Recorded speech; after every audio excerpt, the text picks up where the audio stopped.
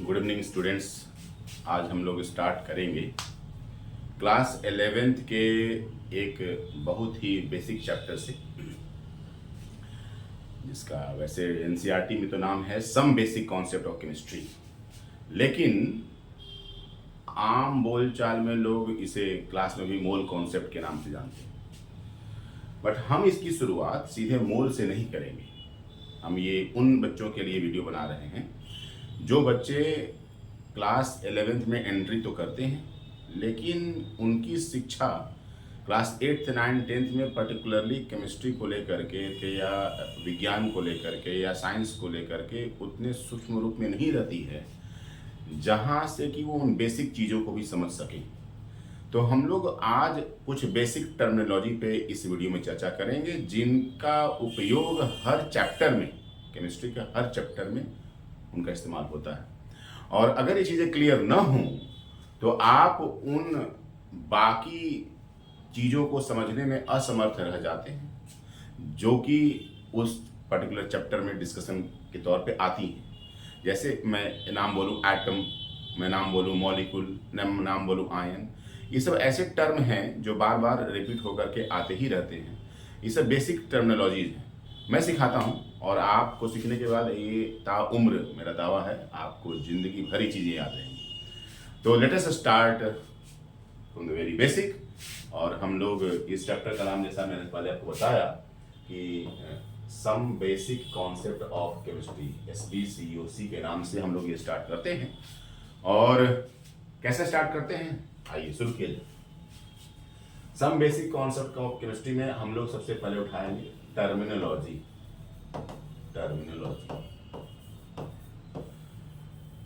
Basic terminology में जो सबसे पहला वर्ड है वो है, और जो बार बार हम लोग इस्तेमाल करेंगे, chemical species. Chemical species. Chemical species को अध्ययन के लिए हम लोग 3 पार्ट में डिवाइड कर दी। जैसा अभी मैंने थोड़ी देर पहले आपसे नाम भी लिया था। पहला नाम है एटम्स, दूसरा नाम है मॉलिक्यूल्स, और तीसरा नाम है आयंस।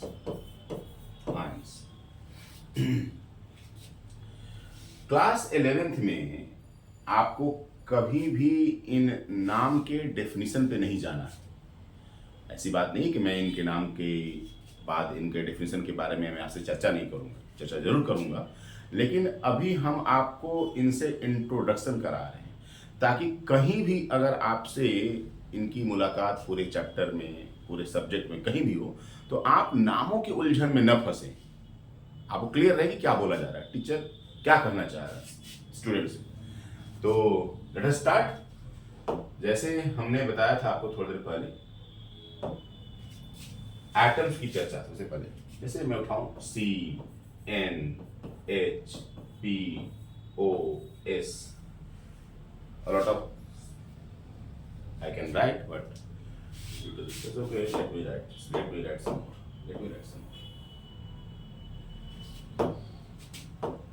जो काफी कॉमनली इस्तेमाल होते हैं, Cl, Br, I, NF।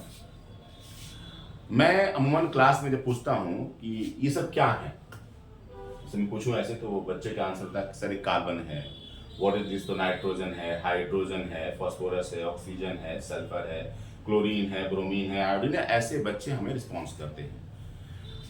90% बच्चे, more than 90%, I have not any percentometer की मैं आपको बताऊँ, बट फ्रॉम माई कॉन्शियस जो मैं गेस करता हूँ उसके आधार पर मैं ये परसेंटेज स्कोर कर रहा हूँ।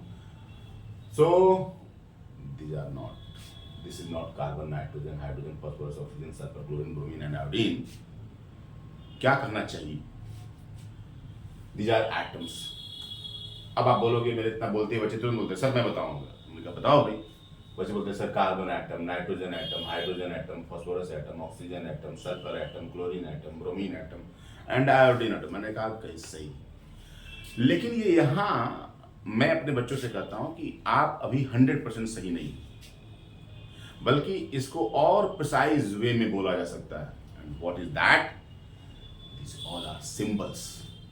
आप इनके आगे बोलेंगे symbol of carbon. This is not carbon atom, this is not nitrogen और hydrogen phosphorus, this are not atoms, this are merely symbols. कभी इन पे मैं बाद में वीडियो बनाऊंगा तो बताऊंगा आपको कि क्या सिंबल का क्या मतलब है एग्जैक्टली, कितना बड़ा स्कोप है उसको डिस्कशन के लिए, घंटों घंटों पे चर्चा की सकते हैं, बट अभी आप इतना बोलना जरूर जान जाइए कि all are symbols. This is symbol of carbon atom, this is symbol of nitrogen atom, symbol of hydrogen atom, symbol of phosphorus atom, symbol of oxygen atom, symbol of sulfur atom, symbol of chlorine atom, symbol of bromine atom and symbol of iodine atom। ये बार बार symbol बोलने में जरूर आपको थोड़ी सी उकताहट हो सकती है, लेकिन एटलीस्ट आपके जेहन में ये बात जरूर रहने की चाहिए कि दिस आर ऑल सिंबल्स। ठीक है, आप क्लास में मिनिमम अगर बोलना चाहते हैं, not going to be very precise, तो आप मिनिमम जरूर बोलेंगे कार्बन एटम, नाइट्रोजन एटम। आप ये कहते हुए आगे से नहीं पाए जाएंगे this carbon nitrogen hydrogen, not take it is casual, है ना, इसको कैजुअल नहीं लेना है। तो जब आप बोलेंगे तो आपका दिमाग भी वैसे ही सोचता है, उल्टी प्रक्रिया है, जब आप सोचते हैं तो बोलता है, लेकिन इसकी दूसरी प्रक्रिया है, जब आप बोलते हैं तो दिमाग धीरे धीरे आपके बोलने को परसीव करना शुरू कर देता है और उससे वो सीखता है। खैर ये सब चीजें बाद में, फिलहाल एटम्स तो आप बोलना चाहेंगे फिर से एक बार, carbon atom, nitrogen atom, hydrogen atom, phosphorus atom, oxygen atom, sulphur atom, chlorine atom, bromine atom, iodine atom. मेरे दिमाग में पहले चल रहा था, all are symbols. Let us go ahead.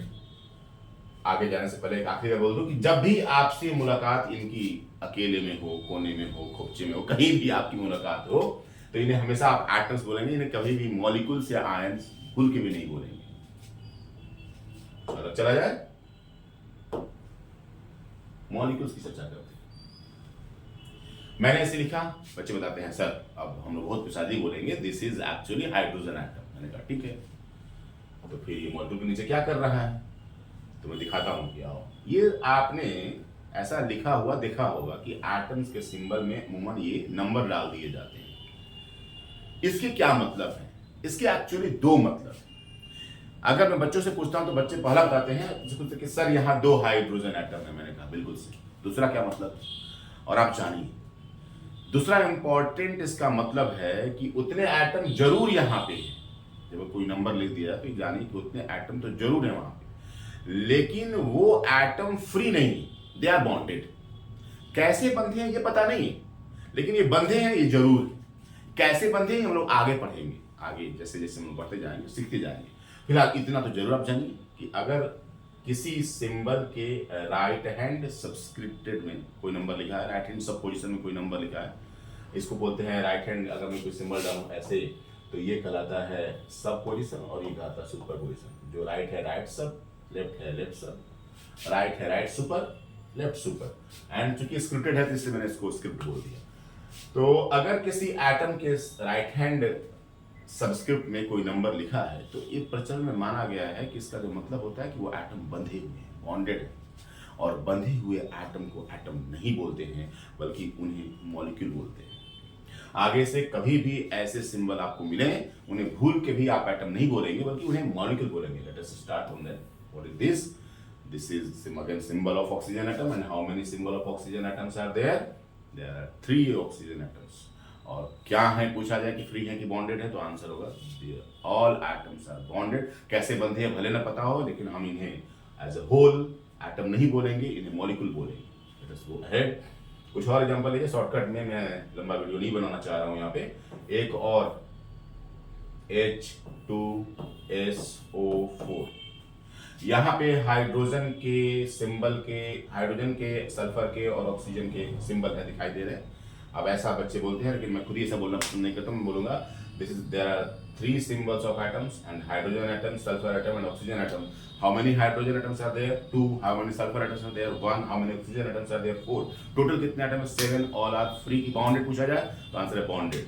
और बॉन्डेड एटम्स को आगे से हम लोग क्या बोलेंगे? हमेशा मॉलिक्यूल बोलेंगे। बार बार रिपीट मैं कर रहा हूँ। एक और देखा जाए, पूछा जाए आपसे कि यहाँ कितने तरह के एटम को दिखाई दे रहे हैं, तो आंसर है अगेन 3 तरह के एटम दिखाई दे रहे हैं। कौन कौन से एटम दिखाई दे रहे हैं? आंसर है hydrogen, phosphorus and oxygen. Hydrogen कितने एटम? 3। फास्फोरस के 1, ऑक्सीजन के 4। टोटल कितने एटम? 8। क्या है? फ्री है कि बॉन्डेड है? आंसर है बॉन्डेड है, बंधे हुए हैं। तो इन्हें क्या बोला जाएगा? मॉलिक्यूल बोला जाएगा। अब अगर आप ध्यान से देखें तो मैंने इस लाइन के ऊपर जो मॉलिक्यूल्स लिखे हैं और जो लाइन के नीचे मॉलिक्यूल्स लिखे हैं, दोनों में एक बेसिक अंतर है। और वो बेसिक अंतर क्या है कि ये दोनों एटम बिल्कुल एक जैसे हैं, यहाँ भी तीनों एटम एक जैसे हैं, और नीचे वाले में एटम अलग अलग तरह के। तो आपको ये समझ में आना चाहिए कि बेसिकली मैंने मॉलिक्यूल को दो पार्ट में कैटेगराइज कर रखा है, एक लाइन के ऊपर, दूसरा लाइन के नीचे।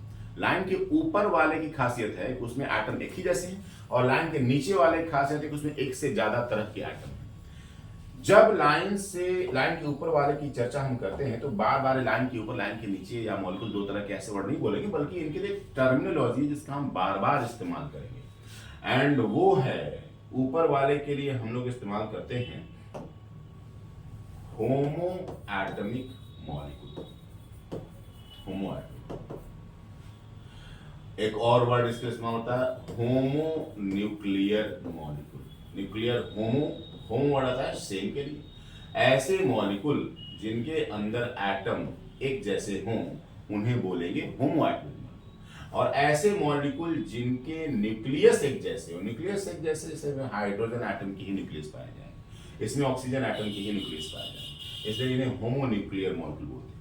In the very similar way इनकी अगर मैं चर्चा करूं तो इनको बोलते हैं hetero atomic molecule. Hetero atomic molecule, या इनको उसी पैटर्न पे हम लोग बोल सकते हैं हेटेरो न्यूक्लियर मॉलिक्यूल।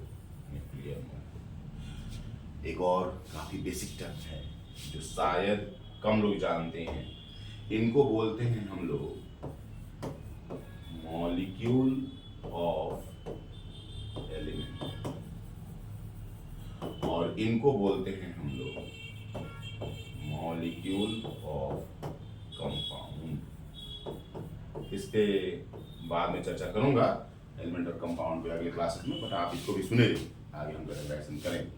तो फिर से एक बार मॉलिक्यूल कितने तरह के, तो आंसर होंगे मॉलिक्यूल दो तरह के, homo atomic and hetero atomic. Line के ऊपर लाइन के नीचे नहीं बोलेंगे, बल्कि इनके नाम के साथ बोलेंगे, टर्म के साथ बोलेंगे। एंड अगर हम लोग अब आए, हम लोग आयंस की चर्चा थोड़ी कर ली जाए डिटेल में। इसको थोड़ा सा मिनिमाइज कर देता हूं मैं। आयंस की चर्चा करते समय देखते हैं, आयंस की चर्चा करते समय देखिए मैं क्या कैसे लिखता हूं उसको। साधारण से देखिएगा, H लिखा मैंने लिखा Cl, ऑक्सीजन, PO4, SO4,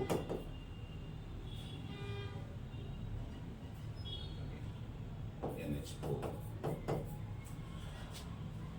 अब आप पूछेंगे सर ये तो आपने यार एटम्स के और मॉलिक्यूल्स के सिंबल लिख दिए। मैंने कहा वेट करिए। अब देखिए ये थोड़े से डिफर कर गए, और क्या डिफर कर गए आपको समझ आ रहा हो। कहता है कि चाहे सिंबल अकेले मिले चाहे ग्रुप में मिले, लेकिन उनके ऊपर अगर चार्ज दिखे, इस तरह के पॉजिटिव, नेगेटिव, इस तरह के चार्जेस आपको दिखे, तो उन्हें भूल के भी अकेले हैं तो एटम्स नहीं बोलेंगे, ग्रुप में हैं तो मॉलिक्यूल्स नहीं बोलेंगे, बल्कि इन्हें बोलेंगे आयंस। और आयंस की जरा कैटेगराइजेशन की चर्चा कर ली जाए। अभी आयंस आपने देखा यहाँ दो तरह के मैंने लिखे हैं, या तो जिनके ऊपर पॉजिटिव चार्ज है या तो जिनके ऊपर नेगेटिव चार्ज है। मैंने कुछ लिखे जिनके ऊपर पॉजिटिव है, कुछ लिखे जिनके ऊपर नेगेटिव है। ऐसे आयंस जिनके ऊपर पॉजिटिव चार्ज हो और जिनके ऊपर नेगेटिव चार्ज हो, उनको अलग अलग टर्मिनोलॉजी दी जाती हैं, और इनके लिए वर्ड है हम बोलेंगे कैटायन, और इनके लिए वर्ड है एनायन। बच्चे जानते हैं इसको, कैटायन वो टर्म है जिसके ऊपर पॉजिटिव चार्ज, और एनायन वो जिनके ऊपर नेगेटिव चार्ज। इस वीडियो में यही कहें, आगे हम लोग और टर्मिनोलॉजी की चर्चा करेंगे नेक्स्ट वीडियो में। मिलते हैं इसके बाद। जय माता दी, नमस्कार।